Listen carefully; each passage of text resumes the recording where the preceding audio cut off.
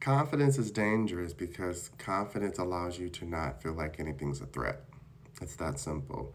Confidence is not really meant to be a weapon. I know some people think that you can use it as a weapon, but to me, that's an insecurity.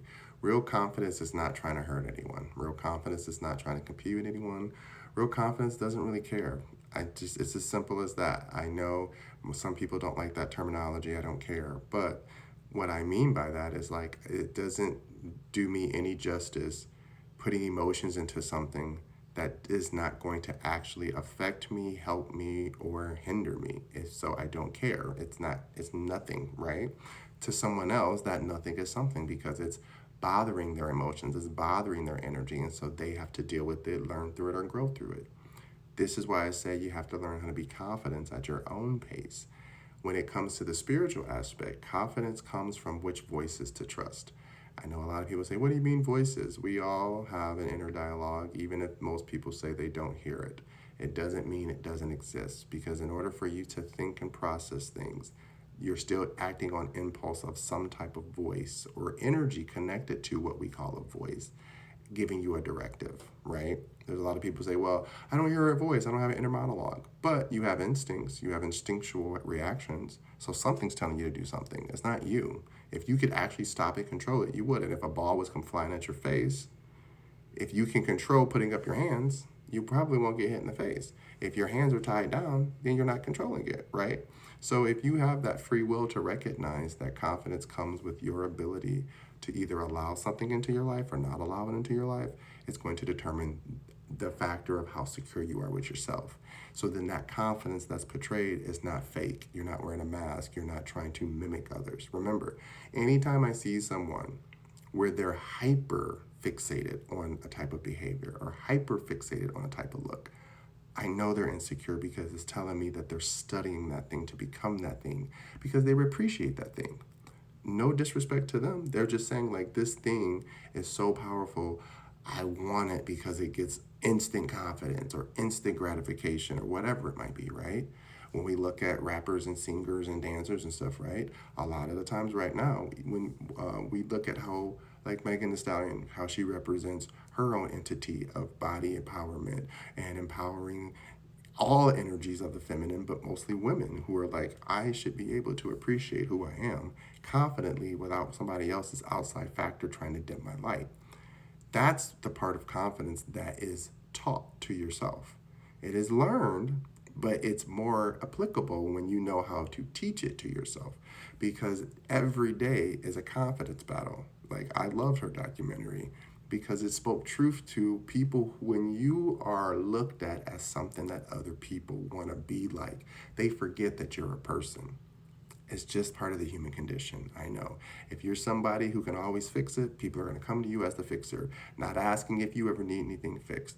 If you're always the protector, people are going to always come to you protection, not asking if you need protection. You get where I'm going, right? So when you're confident in yourself and you're projecting something out into the world, regardless if you mean to or not, you still have to take onus of that energy that you're projecting, but you don't have to identify with its identity. Let me say that again. You can take onus of the energy that you project, but you do not have to identify as that energy. What does that mean? I can take onus in the fact that I know that I am very much a nurturer slash protector where I can make you feel good, but I'm also going to give you the truth. So while I'm protecting you from the outside world, I'm in the inside world giving you the truth, which is sometimes feels like I'm trying to overly teach, but it's a moment of listen. I don't want you going back out there repeating the same thing and then coming back in here asking why. I'm going to give you a real answer of why. You do with the information that you want to do with it, but this is why. That's where my confidence comes from because I'm like, listen, life's going to happen. Life's going to keep happening. What do you want to do with it? Because waiting for others to fix things that we can fix and create now makes way more sense to me, and having confidence in my ability to execute and mitigate my thoughts and emotions to a way that I understand how to then allocate my time to make that happen is what confidence is to me.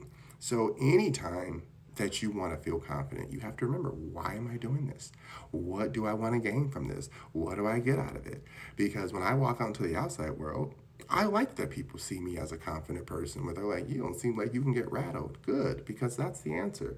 Most people aren't trying to see if you're confident because you care about yourself. They're trying to see if you're confident to see if you're insecure so they can pick at you and pull you apart to say, oh, they're human too.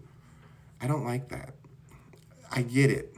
I get it. It's weird to be able to see someone who's so disciplined in self that most doesn't bother them. That doesn't mean that they don't have so much turmoil going on in their inner world, which is how you get people who end up hurting themselves or not wanting to be here because they know how to put the avatar into a character, right? They know how to act and project and be, but they're not actually confident on the inside because they're falling apart. I'm not saying that confidence means that you can't handle your emotions, but I'm saying there is a part of confidence where it's like, okay, we can only cry for so long. We have to cry. It's necessary. It's part of the journey. It's necessary. Do not ignore it. But for how long? Because we can cry and sit, but I need to know for how long. Or we can cry and walk, as long as I know we're on the journey. That's how my confidence works because it's like, yep, you're right. I'm sad, but I'm going to keep going. Because for me, I've learned sitting still too long, I have no momentum. And then my confidence goes away. And then I feel insecure about what I'm doing because I'm not doing anything. You see how that little spiral happens? So if I'm confident from the get-go, which means, yes, I'm making time to be confident. Confidence is work too. It's a muscle. You have to work it out. So confidence is not just natural. It's literally ebb and flow of energy of rejection. As long as you know that rejection doesn't harm you or hurt you, you're confident. Once again, you don't see things as a threat, you can step on the other side of the threat and say, okay, well, that threat can be handled this way. Maybe somebody else runs straight into the threat, and now the threat is a bigger threat because that person didn't know what they were doing. That was false confidence. Sometimes real confidence is stepping back and stepping away because it's like, that's going too fast, too hard, it's going to crush me. Even if I wanted to stop it, I can't. So understanding what real confidence is not just about who talks the loudest. It's not about who can be the brass and person in the room like, oh, everybody got attention on me. Again, nothing wrong with it. But remember, if it happens at an exaggerated level, it's fabricated and it's not real. When I meet people who are, yeah, you know, you're not it, I get excited too. But if that's you all the time, I'm gonna need you to calm down. Calm down. Because again, there are people who are confident in speech but not confident in delivering. So a lot of the times the people who are speaking the loudest and stuff, I'm not saying that that's not confidence, but it's a projected confidence because you could be talking but you ain't saying nothing. So I would rather you go confidently into yourself and say, is this the right answer? Is this the right moment? Is this something that I need to give my energy to? And then I can confidently say yes or no and proceed to do whatever I need to deal with in that way that needs to be dealt with. But confidence is, to me, it's a verb, it's an action, it's an adjective, it's all of them, right? You have to know how to protect it and present it. So, confidence is simply trusting your gut intuition, knowing what works for you, and standing on your business. Okay? So, I hope this makes sense. Don't let nobody deter you from your path. And if they do come in and deter you from your path, but you see that they're trying to help you along the journey or trying to help assist you along the journey, that's when I say, okay, relinquish some of that confidence to the people and the things around you that want to join you. I don't think there's anything wrong with that. Still be mindful of who's around you because not everybody is there to learn from you. They're there to take from you. So there's that. Watch the documentary. It's a good one. I don't know her and that person and that what they went through in that car, but all I know is what she said.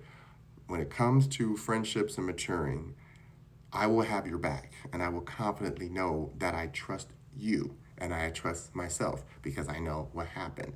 When I'm not confident, I'll let the whole world misalign me with my morals to believe something is true that's not true. Or I'll misalign my confidence enough to say, well, you know what, let me stand behind the ones who seem stronger because they're probably going to win anyways.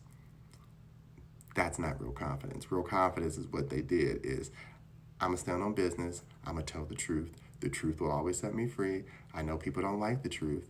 But for me, that is the source of my confidence because I know I don't have a reason to lie. If I'm lying, I'm dying, and I ain't got time for that. So anyways, hope this makes sense. Love ya. Mwah.